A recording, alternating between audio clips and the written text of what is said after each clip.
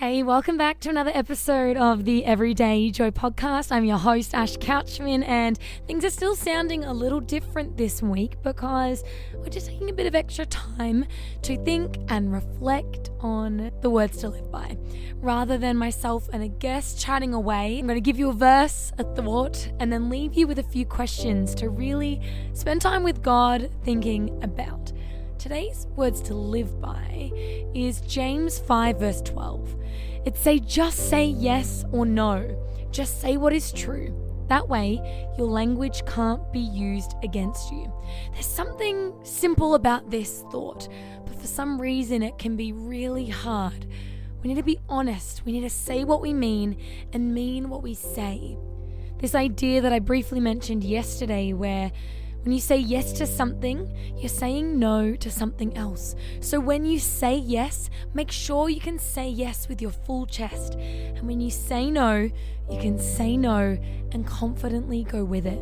I think sometimes we say yes or no depending on what other people might want from us or other thoughts and other impacting factors. And we need to really learn, with being guided by God and by the Holy Spirit, to make choices that really, living a life that is pushing us towards Jesus, but also that we're reliable.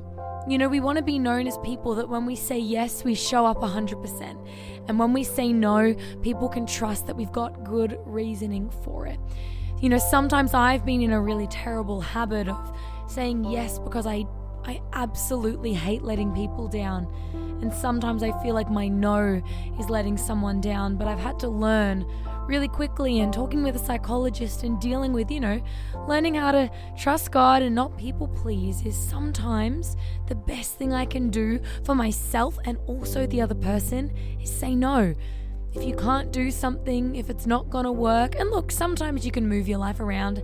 We're not talking about every circumstance. But we need to learn to be reliable with our yeses and nos.